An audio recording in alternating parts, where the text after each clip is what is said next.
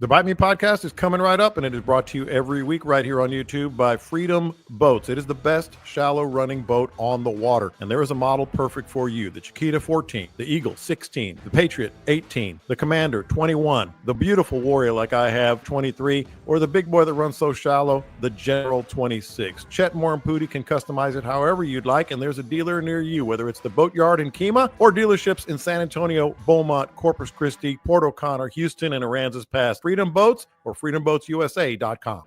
All right, it's happening. It is the Bite Me podcast, and we are ready to go. We got the whole gang in studio here, well, in their respective studios, and we got a lot to cover. Some good stuff happening, good questions. One particular one that I'm interested in hearing what the boys have to say. I'm John Lopez. That is Captain Caleb McCumber. That is Captain Dean Thomas, and that is Captain Scott Null. This is the Bite Me podcast. Of course, you need to subscribe if you haven't already. We really appreciate it. You can join the thousands of other people who have joined us all over the country, really all over the world, if you look at the analytics. And just subscribe wherever you get your podcasts. And don't forget to join the Bite Me group page, which is ever important this week. And we'll get to that in a little bit. We're not going to lead with the frenzy because there's something that ties directly into our big event, the Feeding Frenzy, which we've got some details on. But how's everybody doing? I'm going to start with the where you were and how you did and what you noticed, because I think a lot of people are always interested in that. Then we'll get into some other stuff here. But Caleb, I actually was texting with the guys. I didn't really text with you about what your week was like, what you're seeing, how you did, and what you noticed. Man, I believe it or not, what I did this week was stuff like Bible study and things like that. But hold on. What's going on here? Hey, I'm full of surprises, John. Dean is skeptical to say the least. But, hey, man, I don't want to use Jesus' name in vain and call you a liar, but I'm just glad I'm not sitting next to him. There's lightning coming. You just might explode into a ball of flames. You literally got the side eye from Dean. But go on. What happened? I learned about Ecclesiastes. I can't say it. I can't spell it, but it's after Proverbs. I learned about that this morning. Okay, good. But I was eyeballing that north wind, and I told all them dudes sitting there that, man, if I wasn't here, I think I'd be out in the beachfront in front of a pass right now. Mm-hmm. I haven't confirmed it on social media, but I'd imagine it's been all right. What I think is this cool down is going to be huge, especially in the shallow water. Start getting some big tides coming in and out and just cool the water off some. I don't think it's going to be on fire back there, but there might be a sign of life. Where are you talking about? I'm talking about just back marshes from Fort Lavaca to Sabine. Drop that water back down, man. Get some good in and outers. Mm-hmm. And I think it'll at least start them thinking about it. We're not at the fall season by any means, but anything better than 94 degrees. Yeah. And Dean, that's exactly, I actually put that in the notes that I sent you guys. There was a little nip in the air yesterday and today. Today, here where I am in Houston, it got down to 60 in the air. A little nip in the air. 64. It didn't make it to us. No. No. It was the hottest damn north wind you ever felt today. All of our hot air just blew down on top of Dean. That's right. It hadn't gotten there yet. No. And as far as like going anywhere near a pass, we had like 25 mile an hour north wind yesterday. That was still 90 something degrees for about 5 minutes in the morning on the ride out.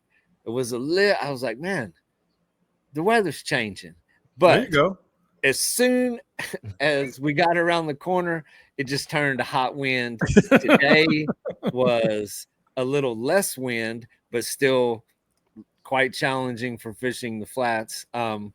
Dragging 3 drift socks to slow it down. Oh, it was that strong.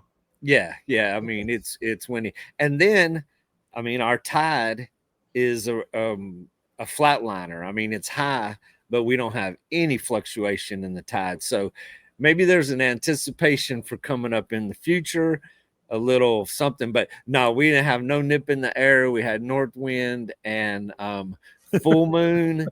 And I hate to be too pessimistic. Today was way better than the past 2 days, production-wise on catching big fish. So But it's hot. And I our was just- forecast for the rest of this week has 105-degree heat index for every day. I was just going to ask you because full moon, coming off the full moon anyway, a little windy, flat tide. You must be good, man. You caught some fish today. I noticed that. What Man, worked? It was top water drifting, the grass beds, too windy to get to the drop offs and do anything like that, for speckled trout action. But I had some guys on the boat. Actually, the last couple of days, everybody, fish good, stand there for hours and hours and just keep casting, and just nonstop, relentless pursuit paid off with the fish that we caught. They were not easy, was not fast and furious. It was a grinder is the only way to describe it. Fishing to the bitter end, just nonstop work. In a weird way, I They kind love of hot fish. like those days where you grind it out but get the payoff. But to me, that in a weird way, that's kind of my favorite. It's almost validating. That you're doing something right. You're finding them. You're grinding. And all And that. I like to show up and like the first 2 minutes have a fish hooked up, and at least one every 10 to 15 minutes throughout the day. Well, yeah, but I'm saying is the the one- validation, the satisfaction. the ones that I like. Of course, I'm not taking paying customers out. I can just BS my way through the whole thing. We Y'all do that work. with paying customers too. What's that? So we do that with paying customers too. Yeah, just BS your way through everything. So Scott, And it requires more BS on the other day. yeah, you got to tell your Yeah, best stories. No nip in the air, Scott. Nothing. No. It was like downright. You could feel it. 64. It was glorious up here in the northern country. What It really was. y'all should I'm have been calling here. hyperbole on that. No. I double checked. I said, "Well, I wonder what it is," and I checked. And it was 64. That's right just here. nicer than saying bullshit. Sense in hyperbole. Did you get? I know you got out some this week though. Oh yeah, got out there. Like Dean said, following that, or hell, it was right on the full moon. Now we had a lot of storms towards the end of the week. They were just scattered again and blowing in, blowing out. And so I had a guy that he'd been trying to fish with me since 2020. Since 2020. Yeah, he put a deposit down in 2020, and we've got. That's got to be a record. Well, we had COVID, and then he was scheduled to fish with me, and I blew my shoulder out like 2 days before we were supposed to fish. That put me out for 12 months. And then something else happened, and the next time he had a tropical storm. It's just been every time I told him he needed to go to the New Orleans and get with the witchy lady over there. Yeah, and a little voodoo chicken. action. Yeah, do a little voodoo and sacrifice a chicken or two and come back and see me. He was supposed to come out Friday, then we changed it to Saturday, then we changed it to Sunday, just trying to avoid the winds and all that. Sunday, they said, oh, yeah, it's going to be good. It's going to have a little north wind. Surf's going to lay down. That was hyperbole. Bullshit. It came straight northeast right down the beach. Mhm. It didn't start until we got down the beach, though. So you were already there. we were a good ways southwest, Mm-hmm. kind of in the direction that I'd been finding my fish, and they were gone, by the way. Yeah. Did not find them. And then the northeast wind started up, and we took a little bit of a butt whooping coming back. Mm-hmm. So, yeah, it's kind of been my week. Dodging storms, getting wet, and getting beat up pretty good. Oh wow. Okay, get everybody book them now. Yeah, it was a great week. that number again. That number today, again. boys. It sucked. I sucked. Hey, it can only go up from here. Yeah, next kinda week's what I'm going to be looking at. amazing. Yeah, should have been here tomorrow. Should have been. Yeah. One thing that I will add to the thought process, that after the last couple of days, I was prepared to hyperbole my ass off today. And I was trying, because there's days that you go out with great expectations, and then after a couple, you have realistic expectations. Mm-hmm. And as we're loading up the boat this morning, of course, everybody has, how's the fishing been? What's been going Excited, on, man? yeah. Everybody's fired up, and I don't want to build up unreal expectations. And so Yeah. I was just explaining, it's been tough, man, and I was hyperboleing pretty good about the full moon and Burbling such my as ass that. off. And then we ended up with some great fish before the day's over. So we've talked about that before, how your expectations can be one thing, but you go out there, you go through the motions, and every day is a new day. So we'll see what wasn't it tomorrow. satisfying? Wasn't it We'll see satisfying? what. A little sense Oh of man, satisfaction. dude! When those fish started blowing up today, you ain't never seen anybody so Yeah. damn happy as I was. Yeah, that's what I'm talking And about. that's no hyperbole. And that's no hyperbole. Yeah, Sunday was the damn jacks wouldn't even cooperate Uh-huh. on Sunday. I mean, I Hey, could we see 'em. sat through some lightning. Scott was talking about the storms that blew in, which John, you were involved in one of those. I got involved in one, and we're actually okay. Yeah, that's the Yeah, day you were still here. we're gonna get into that. That became a topic because by the hair of my chinny chin chin, and then you ended up the next day getting caught out there. We'll get to that today. Scott, I'm glad you brought up the jackfish, because I didn't put it on the rundown, but you're not a biologist, but you play one on the podcast. I just got a text because I get all this nonsense on my phone because I'm sick. Louisiana is going to shut down, or has shut down, their greater amberjack federal season, and they're thinking about shutting down the greater amberjack season period until 2026. I don't know if you saw this because I just got it on my phone. I just, not even 5 minutes before we turn on these mics, and I was like, and it was because they're quote unquote overfished. I didn't know amberjack were overfished. I know, and then, so I looked at Texas. Texas obviously has the limit of 1 and possession limit 2. I mean, did you know this? I mean, are amberjack overfished? Not on the rundown, but I'm just curious because you would be my go-to on this. I don't know if they're overfished or not. I mean, they're pretty good ways out, but and there's seasons on them.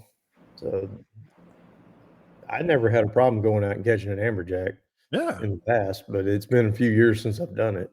I don't know how hard they're getting hit with that, that short season. That's one of the things about having a season on fish like that, on snapper and on amberjack and grouper, all that. When there is a season, guys go out and just hammer on them. Oh yeah, it's just open all the time. We caught our amberjack. Yeah, they don't go out and specifically target them, like they do when there's a short season. It's an interesting point. I don't know if it's doing any good or not to have seasons. Well, I'm glad they're protecting those amberjack and not dealing with those pesky pogies or bull reds. Yeah, see, that's the thing. Yeah, every time you mention Louisiana, I feel like we got something else to worry about over there. But yeah, I feel like you're right. I was just curious about that. But they can only regulate out 8 miles. 8 or 9 miles, whatever it is. 9 miles. 9 miles. Yeah. So I imagine over there you can do a bit of amberjack fishing in 9 miles. I'm not really an offshore. It said you could. Yeah, it said you could get to them pretty quick out there. Out of Venice, I think is what it said. Yeah, that there's a bunch up there. But anyhow, so I got three of my best friends sitting in front of me, and I got a question for you guys. Has your significant other ever asked you to maybe be a little more vulnerable, a little more, a little bit more? Not touchy feely. What's the word? I'm vulnerable. Laughing so hard. In your feelings. Has your significant other asked you to maybe what express? What the hell does this have to do with? I'm getting somewhere. Express your feelings a little better. Does vulnerable mean pick up your shit and not forget what you said? Because yes, that's the answer. That is not what it means. Oh. I'm getting somewhere. Scott, I know Camille tells you, I just wish you were a little more vulnerable sometimes, a little more able to express your feelings. No, not really. She don't really want to know what I'm feeling most of the time. I think Dean's the only one here that got a wife that even wants to talk to him. That's right. Of the four of us, Dean might be the only one that actually has conversations with his wife. And that's 50-50. Well, they ain't married, so there's that. Yeah. That's about half of what I have to say is usually Hyperbole. Hyperbole. Yeah. All right. But So, anyway, what yeah. the hell is your point? all right. See, Now that we're getting all sensitive you have here, circumnavigated getting the all speed round. emotional. no. This is called being a radio professional and getting you thinking the right way Man. for the first big topic here, and it has to do with the healing powers of fishing. The healing powers of fishing, and we can get into the group page post here by Mark Anthony, and shout out Alex Kozlowski. But I want to have a discussion about it too. I want you guys to be vulnerable and express your feelings. So the post was this. It really was touching. If I can say touching, can I say touching on this podcast? Anyway, the story is his life changed last year. His oldest son was diagnosed with a rare disease, compounded with a rare cancer. Left his job to come to Texas to help him. And Alex Kozlowski, had hired him, accommodated his schedule, doctors, treatments, etc. Son passed away less than a year shortly after his 26th birthday. And after all the stuff, he gave him a couple of bonuses, so to speak, a Penn reel and a Waterloo Salinity personalized rod, a Daiwa Coastal reel. And he said, this might not be the right avenue, but I'm asking if you guys could thank him on the show. He's addicted to the show. I think I'm going to save some money and book a trip with Dean or Scott. Sorry, Caleb. Anyone. I'm not. There's no thanks coming from up here. Et cetera, et cetera. And I believe, Scott, if I remember reading this correctly, you already offered him a trip, correct? Well, that was supposed to be the surprise today for Mr. Alex. Well, there you go. Kozlowski. Give us the surprise. Yeah, I talked to Mark, and he had talked about wanting to book a trip and do all that, and given what he's been through, and as nice as Alex has been to him, as good as he's been to him, I said, why don't you two figure out a day in November and come get on the front end of the Poland skiff, and I'll pull y'all around for the day. Yeah. So that is a good deal by you. Alex. Very good and important story there. It's why I call the podcast a community more than anything. So now, here's where you guys have to be vulnerable. Okay. When has the water been your best therapy? And I'm going to set it up with one of mine because my brother was ended up being deathly ill, and I took him out fishing. And this is when I had my boat and trailer in Sabine, and it was a bad day. It was nasty water, a lot of fresh water, no expectations as we've been talking about. But I wanted to take him out, before he passed, and I took my brother out. And we went to the far, I guess that would be the northeast corner. There's always been some redfish and trout that I've liked up there, etc. And it was awful, just awful. We were out there 5 or 6 hours. He was already tired. He was on his medications, etc. And right before I said, all right, I guess, it's not going to happen, he hooked a big old trout. And I mean, not like a monster 30-incher, but it was a good 24, 25-inch trout. Made his day, unbelievable. And so we come in. I took pictures of him with the trout, and so there we go. About 2 or 3 weeks later, he actually did die, and I was in Sabine on the weekend by myself with Gibson. And my wife told me, and she goes, "Well, I'll be there in a little bit, or are you coming home?" I said, "I'll come home tomorrow."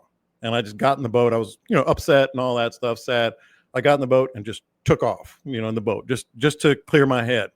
And I actually went straight to that one spot, to that one single spot where he caught that one single fish, and just freaking hammered the trout. Like hammered. One of the all-time great, probably 50 trout, a lot of good trout. And when I was on my way home, I marked that spot, Manuels, because my brother's name is Manuel. I said Manuels. And that was I'm actually kind of tearing up right now. That was one of the most amazing things of my life. And so that's what you're doing, Scott.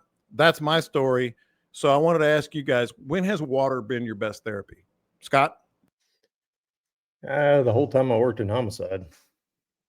Yeah, it was, I'd get some rough cases, dead baby, another police officer got killed, had a autopsy where 2 firemen had gotten killed in an arson, a bunch of those kind of deals. And there was one point where they kind of piled on me and got all of them in one day. And so I took off And, Camille was always really good about it. She could kind of figure it out when I was not quite right. Mhm. And I had that 21 shallow sport back then. Terry Neal was a guide down in Mansfield. And I got with Terry and I gave Camille his number and said, if anything happens with the kids, you need me for something, Terry will know where I'm at. And I got with Terry. I told him where I was going to be camped out. And I went and stayed 3 days on the boat with a tarp and didn't talk to anybody, didn't see anybody. It was before cell phones, and brought my kayak down there, parked the boat, climbed in the kayak every day and just paddled around with a fly rod, caught a bunch of fish, and slept out there and stared at the stars Yeah. and got my mind right. And I'd come back. But Mhm. I'd do that all the time. Whether it was a deer lease and going bow hunting or going out on the water and just staying out there by myself and not talking to anybody. That kept me grounded through all that stuff in homicide. No, I mean we laugh and we kid and we enjoy having a great time on this podcast. But Caleb, it is a therapy. It is one of those things. I actually told Dean this the other day. A lot of people say, "Well, I don't care if we catch fish or not. I'm just happy to be out here." And a lot of times that's hyperbole. but but in my case, it's actually true. And I think a lot of it is because memories with my dad, memories like that I just shared with my brother. When has water been your best therapy?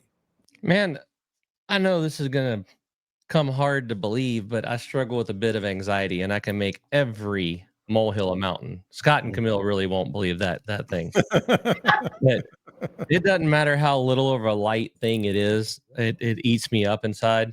Well, it could be worried about finance, worried about whatever. The stuff that wakes you up at 6 a.m. And Yeah. I've got the charts to show that my resting heart rate is 68 or so. And in the first 30 seconds I wake up, it goes to 100 because I'm anxious and freaking out about something. God almighty. I do it every day. But whenever I get out on the water, it all goes away because I'm focused on something. So I'd say, dang near every time I'm on it, because there's some days when I'm on it and I'm not worried about something, but those are few and far between. It don't take much. Mm-hmm.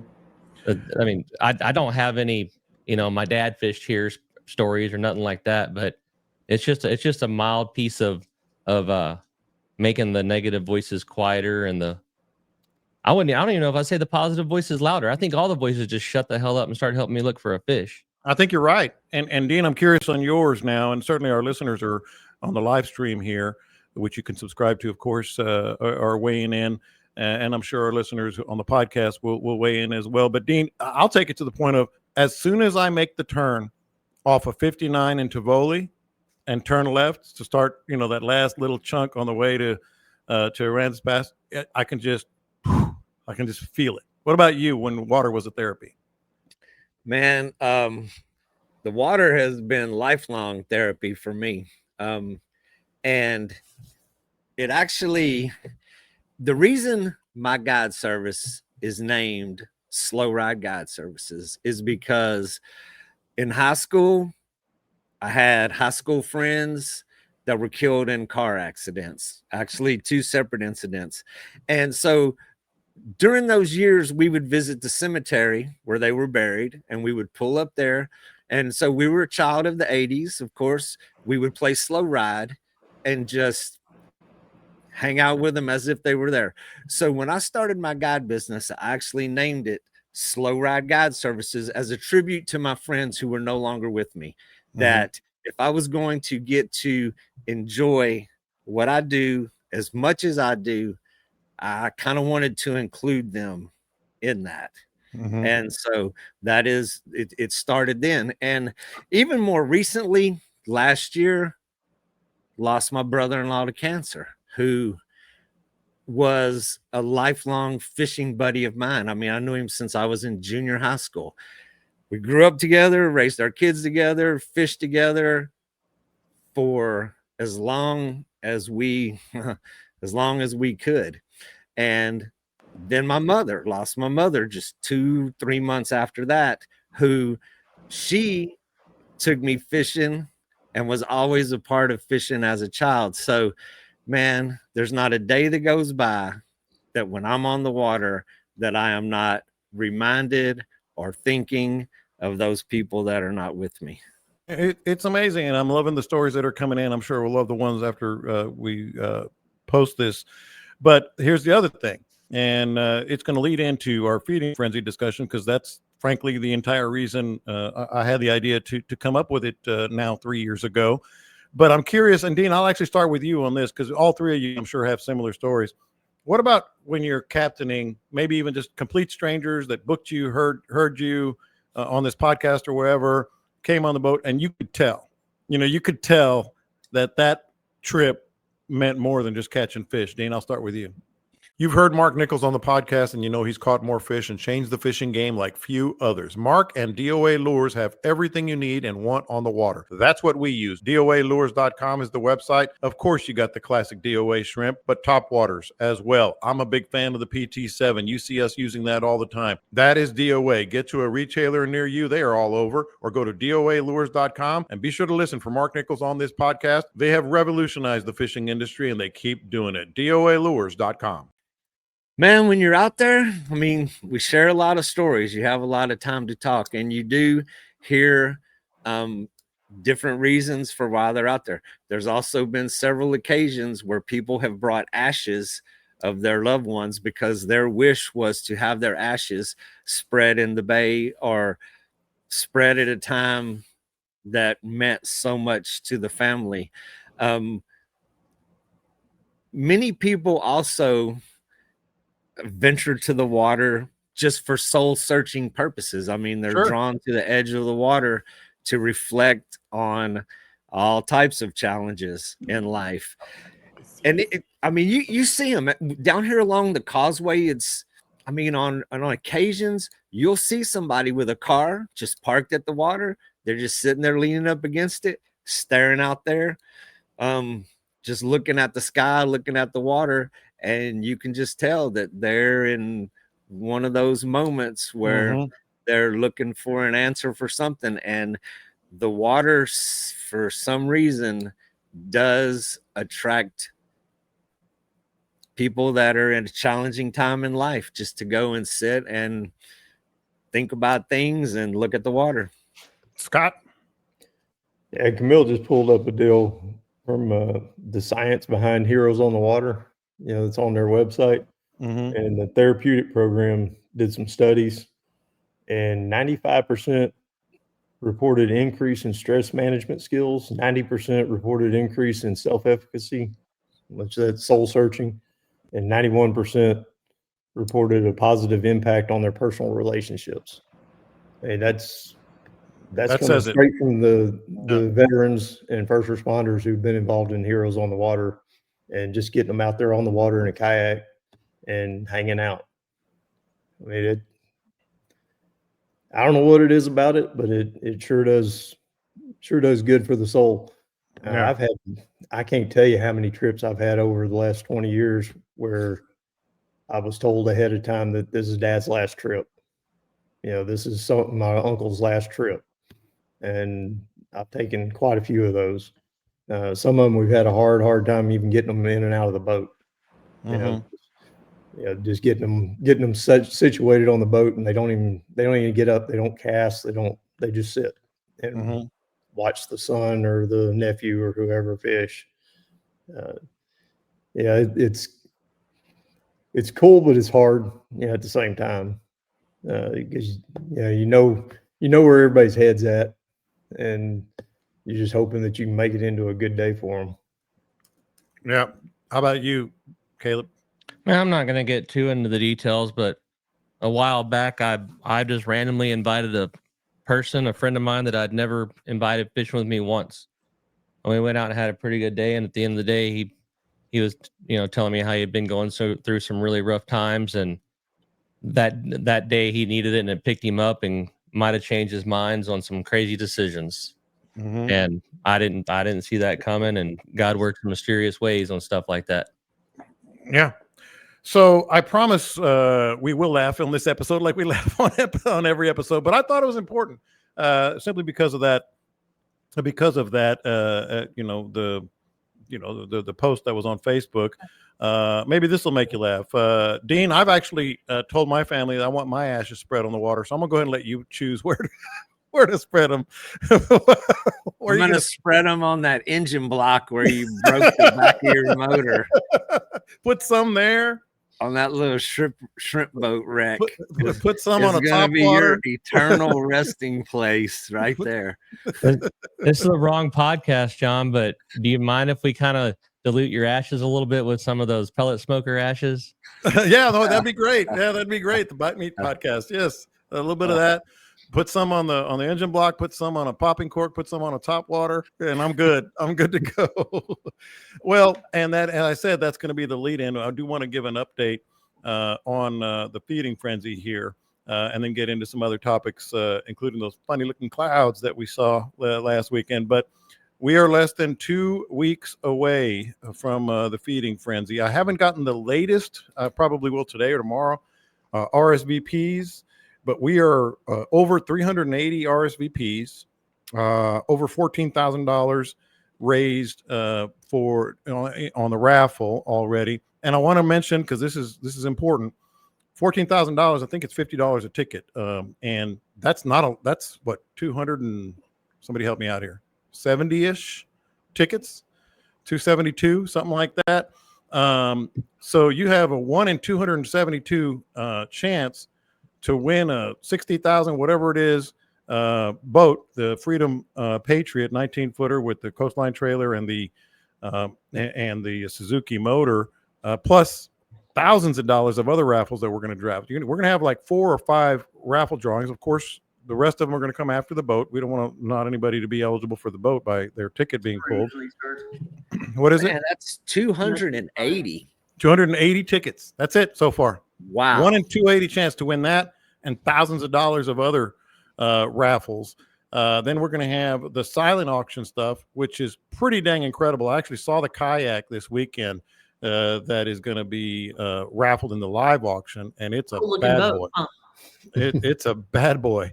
It really is, or girl, whatever you want to call it. Other stuff in the live auction is going to be a trip to Costa Rica. If you've been wanting to go, not the airfare, but everything else, you can bid on that. Trips with Caleb, Dean, and Scott, which of course are going to be incredible, including lodging.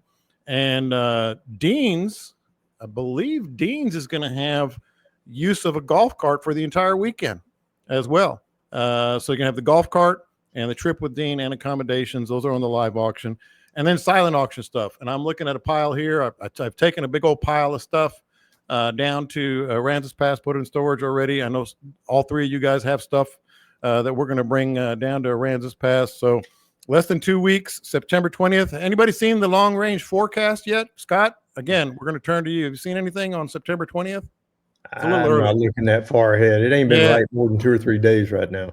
Yeah. It's and of course, casting contest with a 50-50 pool for everybody who's at the frenzy.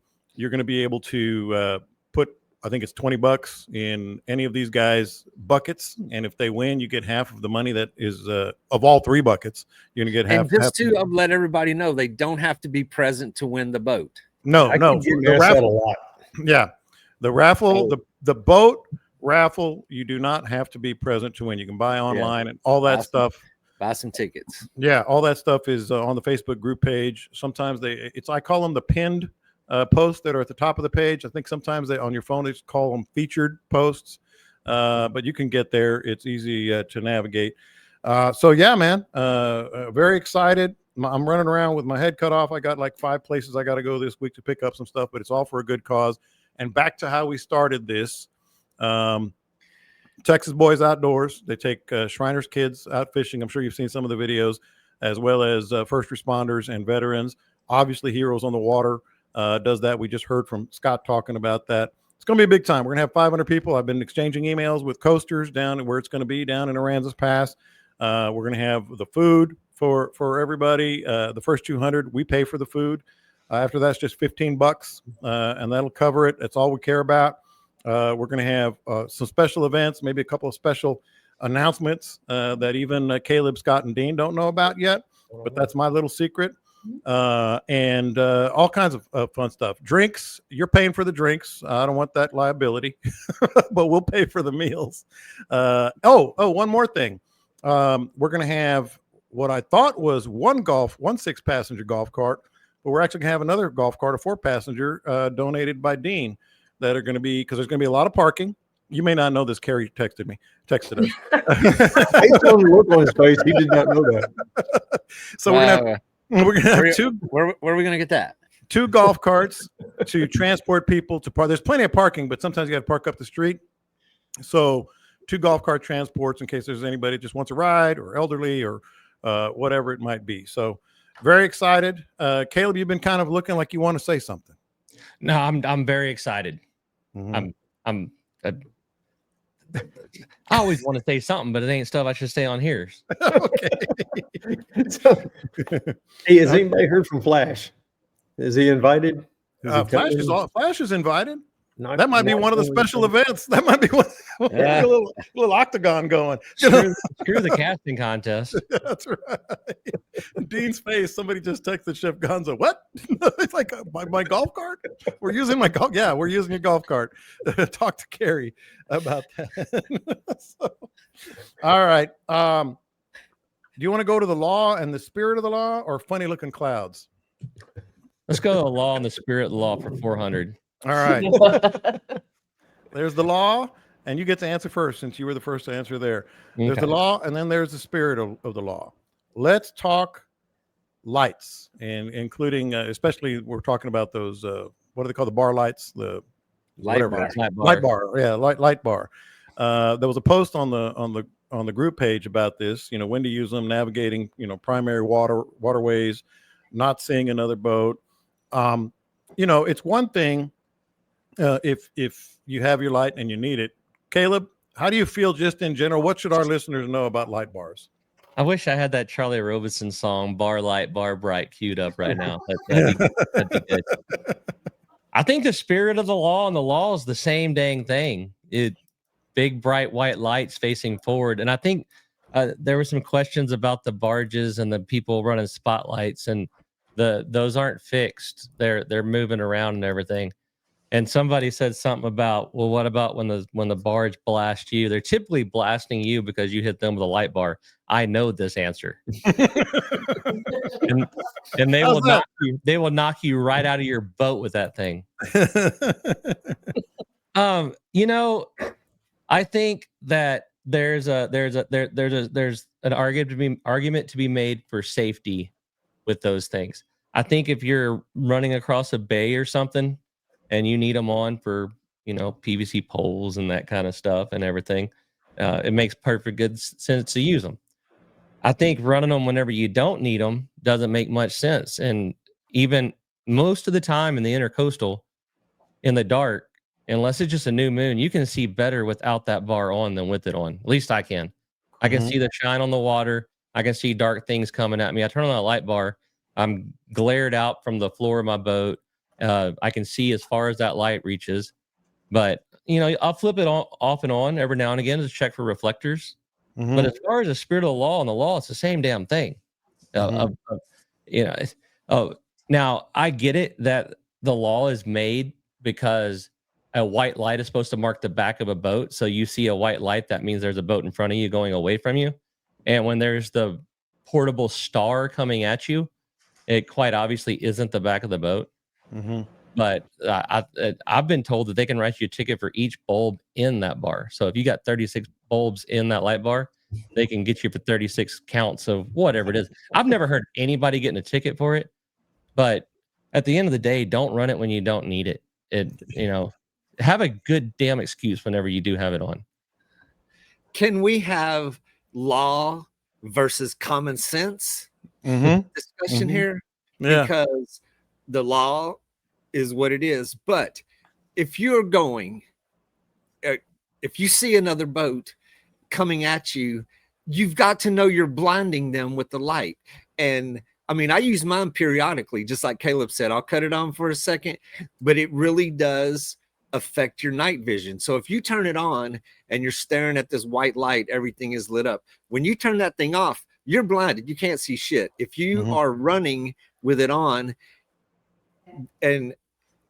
but there is just a common sense time to use it, and then there's a common sense time to not. If a boat is coming at you, you've got to know you're blinding them. I mean, those things are ridiculously bright. The reflection off the water coming up can be as bright as the light. If it's shining at the water, it is reflecting off the water in their face as well.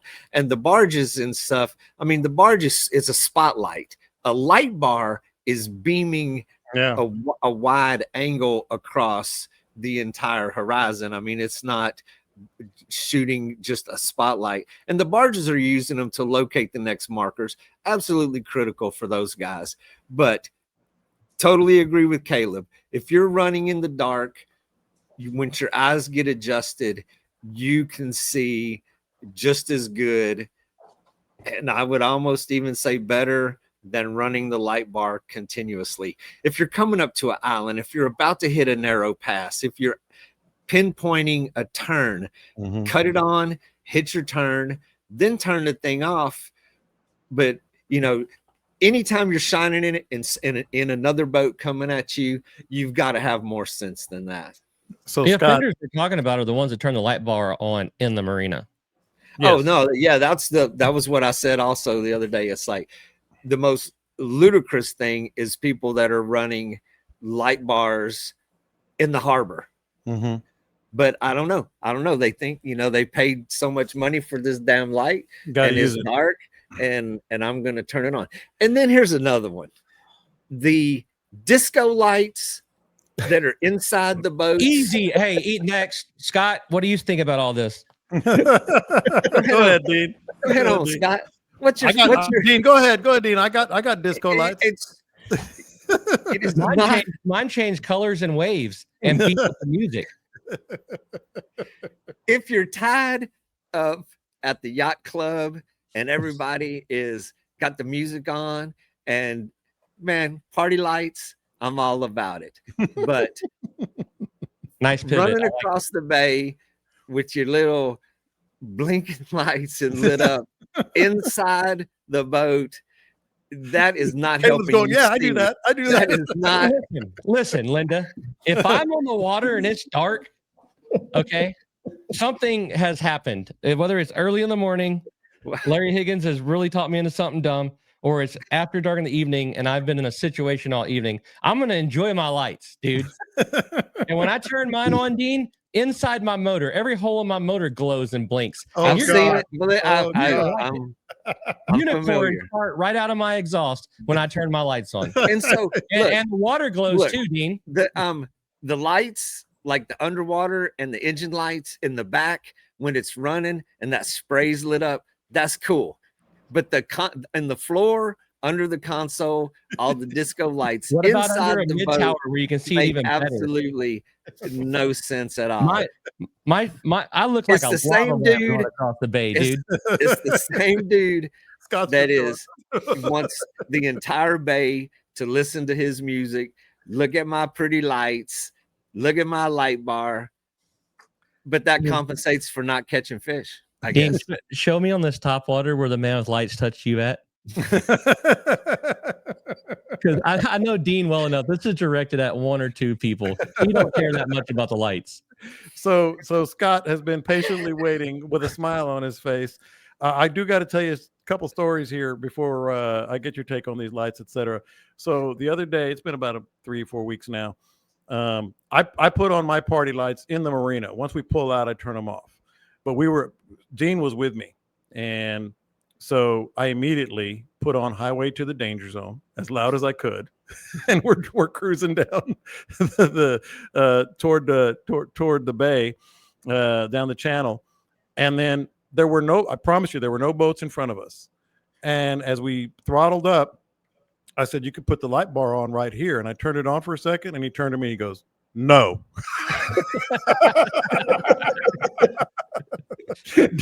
Dean was like, "No." No, people know me around there. I cannot be associated with that kind of behavior. To be fair, I thought you were going to make that short cut that you do, but in the shallow water. Yeah. I said, "You can turn the light on right here." He goes, "No." So Scott, what are your thoughts? I had the trifecta this week. I left out of the sanctuary where I'm keeping my boat over at Jimmy's house. Mm-hmm. I run down to the fishing center and pick my customer up. And as I pulled out of there, I start running and I'm looking up ahead of me. I'm like, what the hell is that up in front of me? It's, it's pink and then it's blue and then it's yellow and then it's pink again. And It's it's glorious. it's all different colors.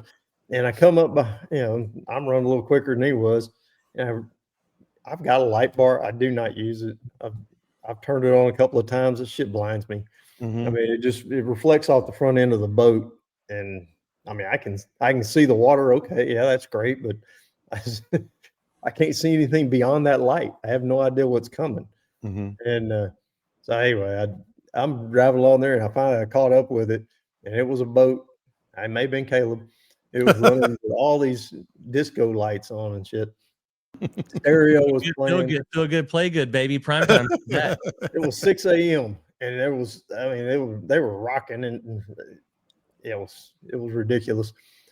And then I got past them, and as soon as I got past them, I get blinded by the spotlights from another boat coming the other way. It couldn't have been Caleb going both ways, but I got a light bar in my eyes. And then as I flipped my light bar on, kind of like flip your brights on. I flipped it on and off, and he turned it off immediately. Then I realized why he had his light bar on. No navigation. No lights. Yeah. None. I've seen that a couple times. Nothing. Not a red, not a green, not a nothing on the stern, nothing. Mm-hmm. And he would flip it on every now and then as he was coming towards me. Mm-hmm. I guess just to let me know where he was. But I had the sunrise coming up on the far side. It was a little pink in the silhouette. Mm-hmm. But as soon as I got past him, there's a kayak with no light going. Get a light, dumbass. Paddling dead straight across the intercoastal, just as I got into Port O'Connor. I mean, he's cutting right straight across, and the voice of Dean was in my head. Get a light, dumbass. You should have gave it to him. You should have gave him. It was the perfect trifecta of stupid. So the cliff notes here is if you have a light, it pisses us off. If you don't have a light, it pisses us off. This is true. Well, that's what he just had in the rundown. There's the law and the spirit of the law. Yeah. The law says a red, a green on the bow, and a white on the stern that's 360 degrees visible. Mm-hmm. That don't mean one of them little shorties on the top of a motor and then your console blocks it and all that stuff. Let's just kick Caleb in the nuts today, ain't it? Get your light up high, Caleb, so that it can be seen all the way around. I will sympathize with over in Louisiana, I use my light bar more because you're running down them little narrow channels with poles and poles. There's I guess there's areas where it makes more sense to use them. I will say that my mid tower, the way it's set up, the folding burn bar, I firmly believe there's certain ankles you can't see my red and blues from or my red and greens from, and my boat does light up like a Christmas tree, but there is method to the madness. Where there's not. No, there's not. You can see that unicorn fart coming, whether the red and the green is visible or not. It's madness, but there is no method. I tell you what else, Dean. You and I should fish the morning before the get together, and I'd like to go out before daylight. Turn everything on. Don't forget. I got something for you. Hey, he loves Highway to the Danger Zone. He loves it. Greatest Ozzy Osbourne song ever written. And one thing I will say, I'd add about light bars. So mine is mounted under the casting platform on the front of the boat, that's beyond Scott, the bow of the boat. Got to be on when the bow. It is on, it does not light up the boat. Mm-hmm. If you put a burn bar like on your console, on the bar above the windshield, I mean, that will never help you see what's out there. I mean, it definitely affects. So when you're rigging your boat, think about where you're putting that light. It is far forward and low as possible. Yeah, you saw mine, Scott. That's what I was going to tell you. I've seen so many on the tower, on the very top of the tower, and I'm like, well, he just wants to look cool because he's going to blind himself. Even in the somewhat of a light, it just blinds you. Yeah, mine's I have the top drive, and for whatever reason, they mounted it underneath the top drive. I mean, so it's just above eye level. and right in front of me. Right, That's why you don't use it. Right where the windshield is. Yeah. And so it lights up the whole front end of the boat. Well, shameless plug for my sponsors here, but flashlights, yeah, they cost more money, but they do have a light that is very directional. It doesn't have like a lot of bleed below it. Yeah. And of course, the deck still lights up, but it isn't the glaring sun like it used to be in the older ones. And that's a big reason why my my front casting platform folds in half. So when I do have that long run back from 9 Mile or something, and I do turn that light on, if there's a tower on the front of the boat, oh, it's lights out, pun intended. You're cooked. And I will say, I'm not a partner with Fleshlight, but that's what I bought. That's the first thing I bought. I bought the little shorter one. I want to say it's like 10 or 12 inches, and put it right on the front of the bow. You're right. Like when I do need it, it's perfect. Yeah. Hey, look, really John, let's address this question about need a light from 8 a.m. to 10 a.m. if I'm on a kayak. It has nothing to do with the time of day. It is the amount of visibility. So it can be high noon and you get fog and you get clouds. You're required to turn your lights on in limited visibility. There's no time of day that dictates when your lights are supposed to be on. It's when you can't see. Yeah. Other things. Do you have anything? I thought. Yeah, I did. I just got a text message that makes a lot of sense to me, and it's directed towards Dean. Dean, if there's too bright, you're too old. The most astigmatisms are acting up. That's your problem. I did want to get to this. If there's any other, and this is sort of up to you guys, if you have anything in mind, spirit of the law versus the actual law, because the one that I thought of was, and Scott has mentioned this a few times on the podcast, like when there's a pot liquor, coming right up next to you, and they act like they don't see you. Okay, not a good look, but whatever. If there's a boat that is stuck or, whatever, they've got the cowling off, you could tell that they are in need of some help. That don't fly. I mean, the law is the law, Scott. That doesn't fly. You have to render aid. Maybe some of our listeners don't know that. They're like, oh, somebody else will get them, that type of thing. Yeah. I mean, if somebody's out there and they're in trouble, I mean, not only is it the right thing to do, it is, as a captain, we are required to go lend assistance. But the problem is sometimes you can't tell. Yeah, that's true. Yeah, you really can't tell if now they start waving their arms. Are they waving because they're pissed off you got too close? Or are they waving their arms? Yeah, you got to read the situation. If the cowling's off, that's a good clue. Yeah, that's why I mentioned that. James says Dean renders and pick up anybody. Felons, felons out wading around in the middle of the bay for no damn reason. Yeah. But I didn't know if there was anything else that you guys like. Okay, well, there's the law, but the spirit of the law, maybe pro or con. That's the law of karma. If you know somebody needs assistance and you knowingly pass them by, get ready for something to go wrong to yourself in the near future. Yeah. Because, and then there's a difference, I towed a guy in a couple weeks ago in the channel, and as I was going by, I mean, there's a difference in how people wave when they need help and whenever they're just waving at you.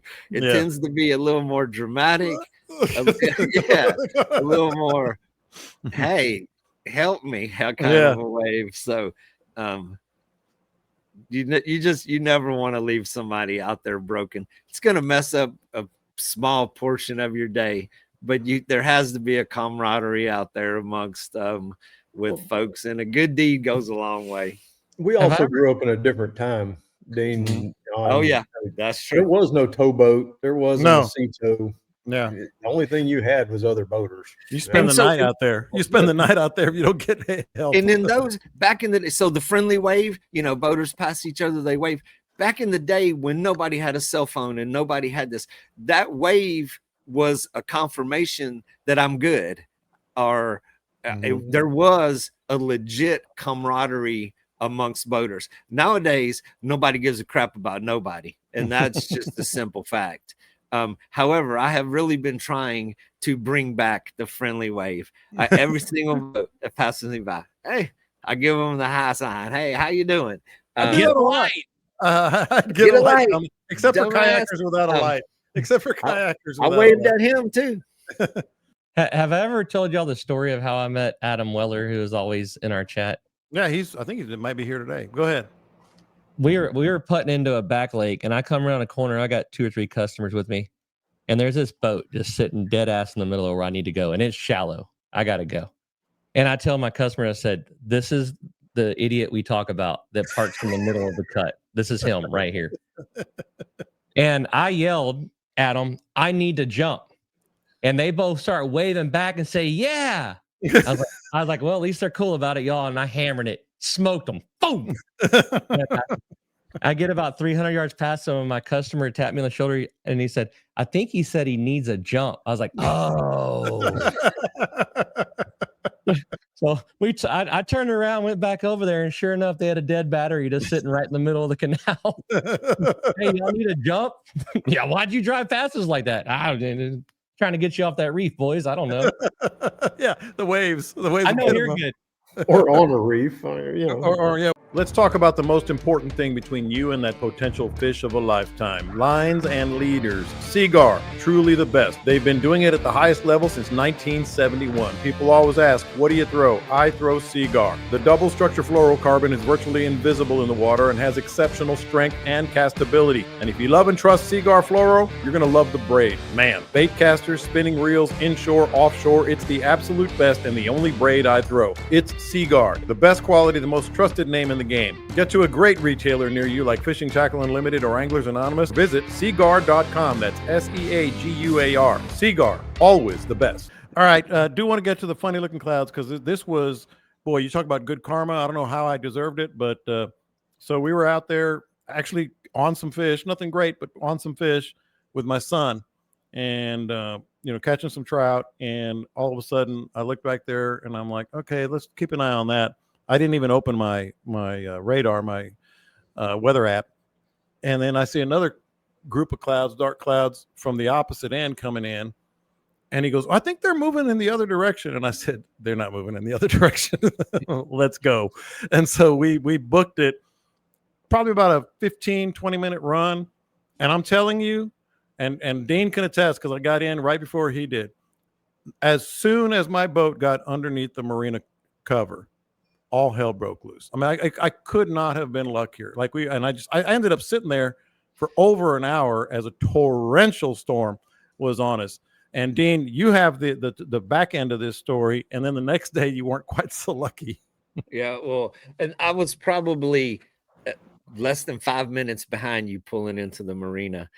And I actually posted pictures and sent you guys. That was the one of that cloud. And as we were watching that, I actually told everybody on the boat about the funny looking cloud story where I was actually fishing like maybe a half a mile from where the original unfortunate event took place that day.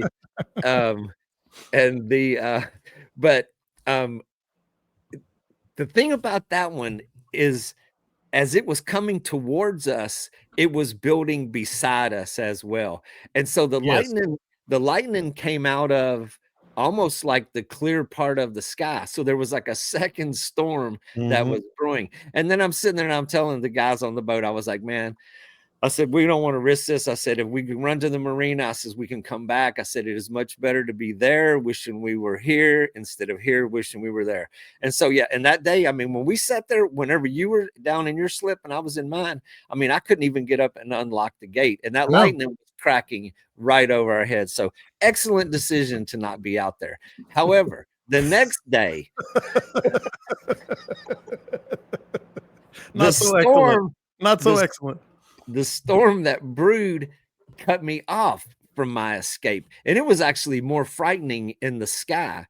And so we're making that run.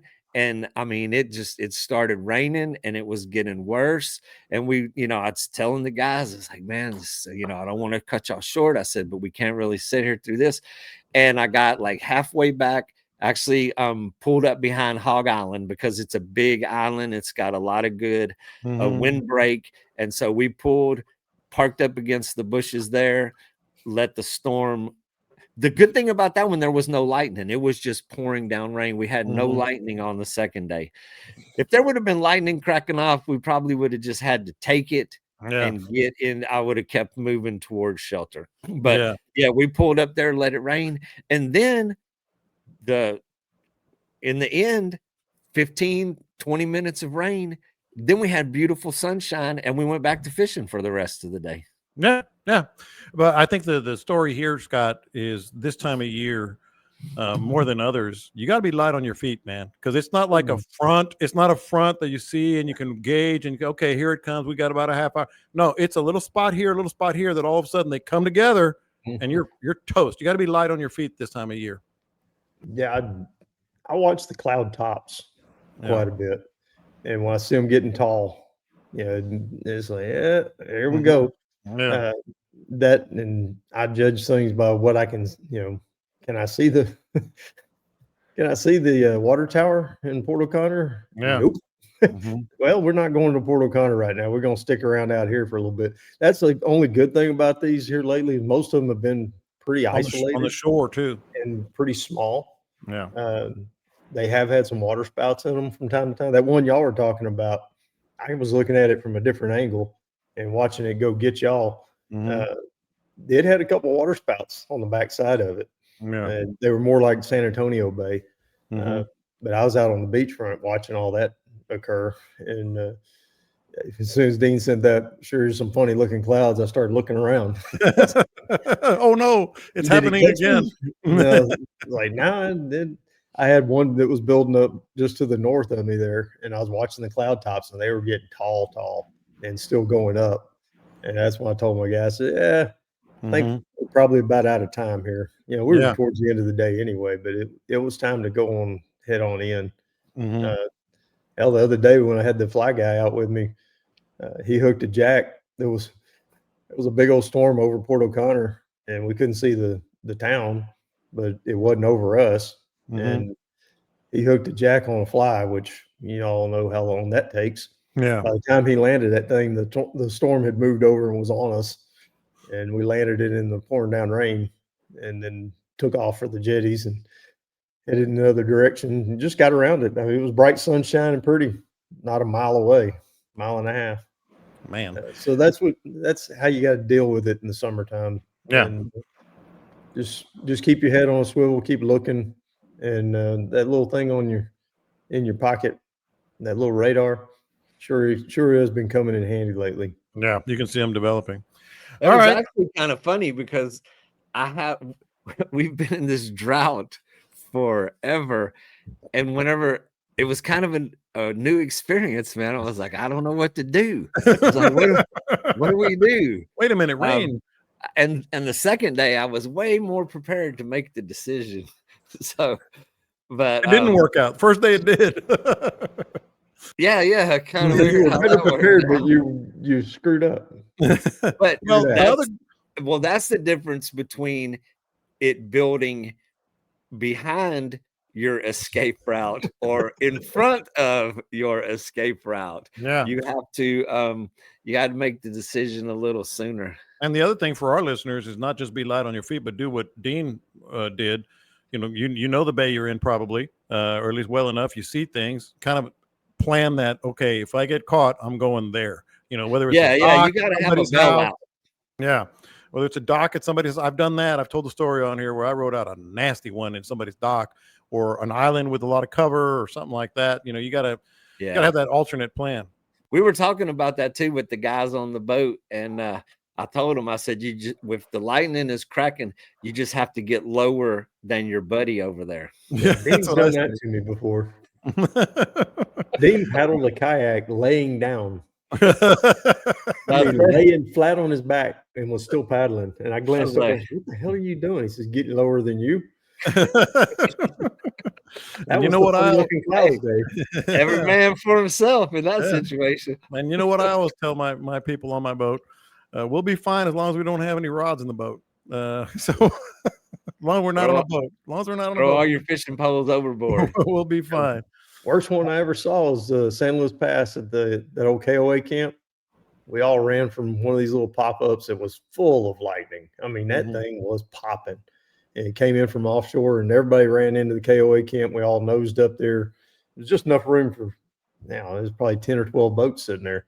And the last guy's in. Everybody else, that was back in the days when we had the big, tall antennas for our VHFs. Mm-hmm. I laid my antenna down, laid all the rods down, everything's laid out.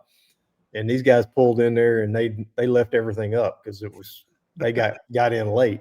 Everything's standing up and they ran up and we're all standing under the shelter there. And the light and the bang happened simultaneously Oh yeah. and smoked his boat. Absolutely smoked it and burned up everything in it, locked his engine up.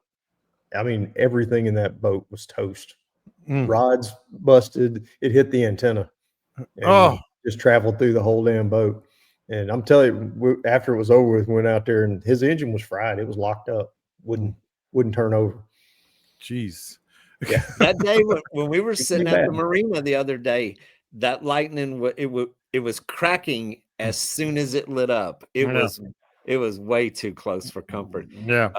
And that all those sailboats might have been one of them sailboats that got hit with Yeah, all right them- next to where we are. with Yeah. all those aluminum masts poking up. Yeah. Hey, I don't know just how pull those in things make amongst it the through any sailboat. lightning. I know exactly. Big old pole up there, aluminum or whatever it is. All right. What would Scott do? What would Dean do? Here's the question today for what you guys would do. No change in plans, or if you do get a little cool weather, you're going to do a little investigating, a little searching. What are you going to do, Scott? You keep talking about cool weather like it's happening. Not like cool cold, but some change, I should say. Yeah. I mean, I've got east winds all weekend. We were supposed to take Bill out on Friday. Me and Dean was going to come down here. We were supposed to do this trip on Friday from the raft or the deal last year, the feeding frenzy, and they were going to come down here, stay at the house, and go out.